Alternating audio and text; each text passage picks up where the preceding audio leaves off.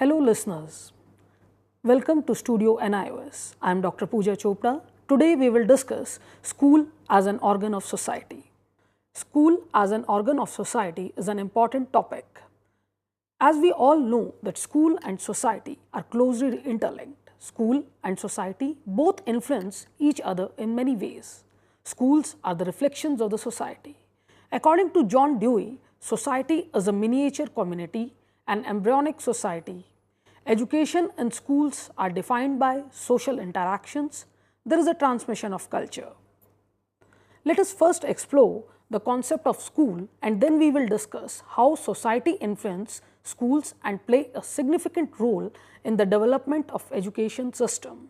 Later on, we will discuss the role of socio-cultural factors, political conditions and economic milieu in determining the nature of educational institutions, its objectives and curriculum development.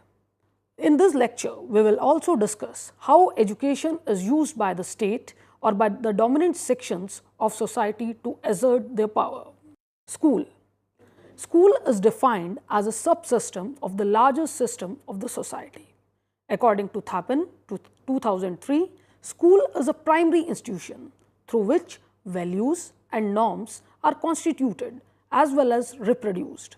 The schooling processes are related to power and social control. As we all know that society is stratified and unequal. School is a part of society. Teacher, learner and parents are very much drawn from the same unequal and stratified society. Schools cannot be taken in isolation. The stratified society influences the educational system in following ways. First one is socio-cultural influence. As you all know that education of any society has direct correlations with its socio-cultural factors. This means that the process of education is evolved in social structure, social norms and value system. School is one such creation of human society to transfer the existing cultural content from one generation to next generation. In informal settings, socialization is a process through which community transacts or educate their members about the norms and values of the society. Traditionally, education is provided by religious institutions like Christian missionaries, Islamic madrasas, Buddhist monasteries and other religious organizations. These institutions have the proselyting features and they inculcate their religious ideals through education. These are not limited religions. Each community transmits their norms and values through their schools and educational system. In this process of education and socialization, we also transmit the biases and differences of our society, that is hierarchy, stratification and inherent inequalities. The dominance of elite culture, gender disparity and other socio-cultural features are also transmitted to the younger generations. Pierre Bourdieu, French sociologist, viewed that education perpetuates the culture of dominant class. This phenomena he called cultural reproduction. The dominant culture gets repeatedly reproduced through specific social practices and text in which the voices of oppressed are silenced. Those who hold powers are the one who decides what kind of knowledge is worthwhile and enough to be passed on the future generations. Naturally, this entails giving importance to knowledge of certain groups at the cost of the others. Paul Freire echoed the views that the schools are used by elite people to maintain the status quo of the society. The teaching process, teaching methods and language makes a difference between oppressors and the oppressed. As Paul Freire has rightly said that education for elite class are used as a tool for generating a culture of silence.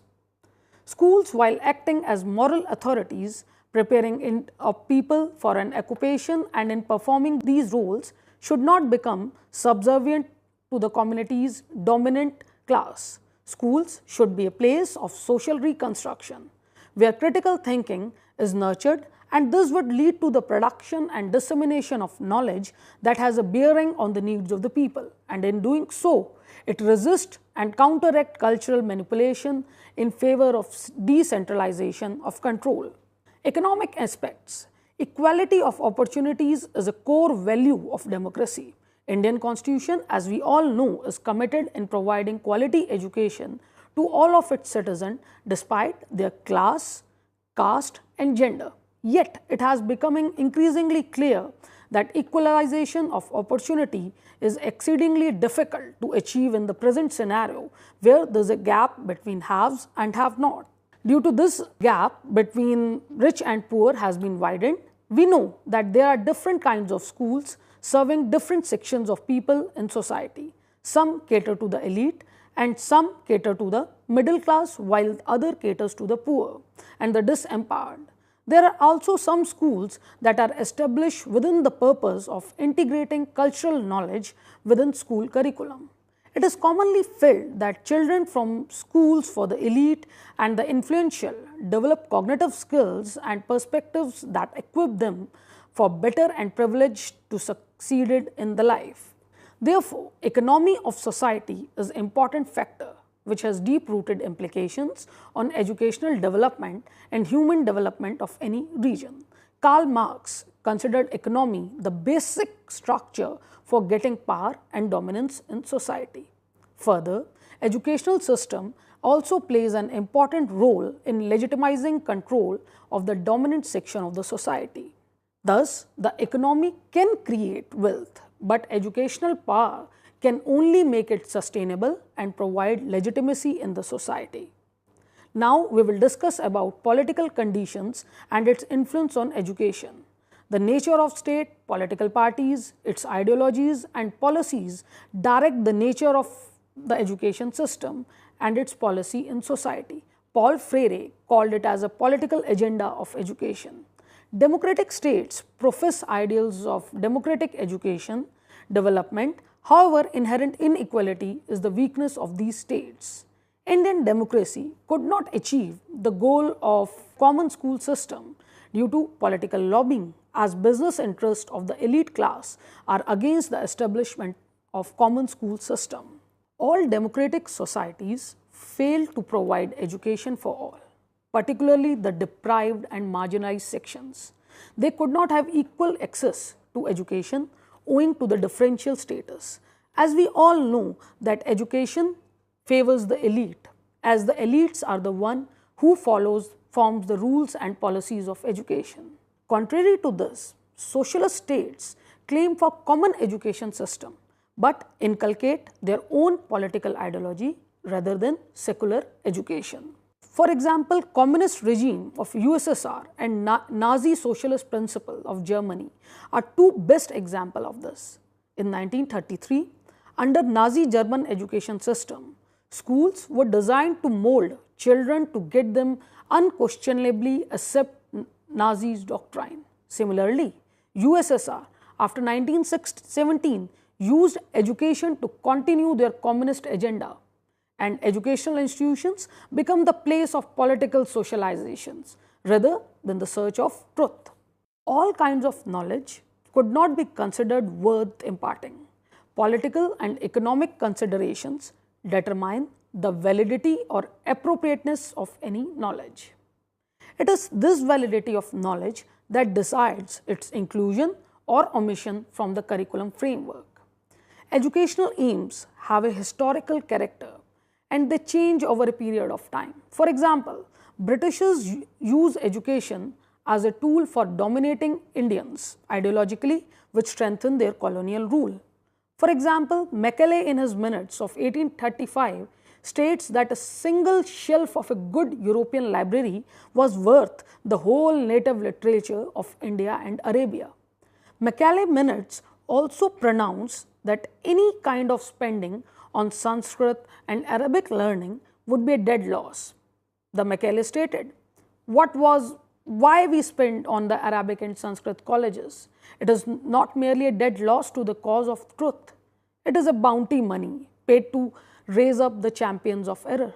Thus, he is deteriorating the indigenous knowledge at the cost of their own knowledge. Colonial education strengthened its hold by systematic rejection of indigenous knowledge and replacing it with knowledge as well as the culture of the colonists themselves. and then they maintain their supremacy over the locals.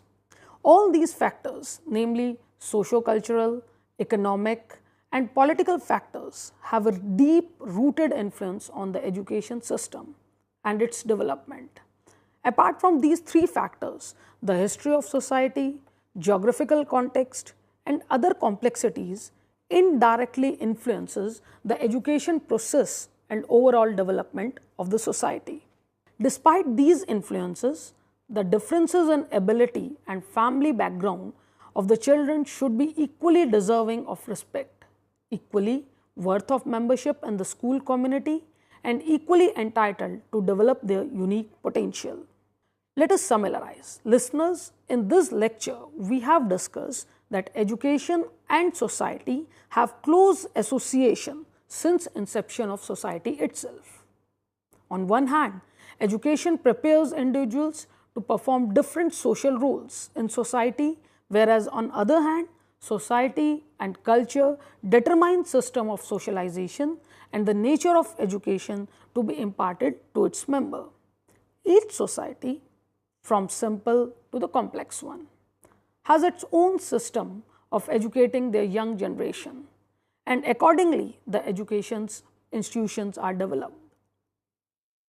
On one hand, education prepared individuals to perform different social roles in the society, whereas on the other hand, society and culture determines the system of socialization and the nature of education to be imparted to the members. Each society, from simple to the complex one, has its own system of educating their young learners, and accordingly the institutions are developed. First, education carries many of the social functions in society to determine culture and knowledge. This alone makes mankind different from other animals of the earth. Secondly, society has played a detrimental role in the process of education. The nature of state, political parties, its ideologies and policies direct the nature of education system and its policy in the society. Hence, education of any society has direct correlations with its social cultural factors. The process of education evolves in its social culture, social norms and value system. So, school is one such creation of human society to transfer the existing cultural content from one generation to the next generation. Thus, school is a part of society. Teacher, learner, parents are very much drawn from the same unequal and stratified society. Schools cannot be taken in isolation. Hence, schools are not neutral. They are influenced by various factors such as socio-political factors, cultural factors, and geographical context. Thanks for your patience listening.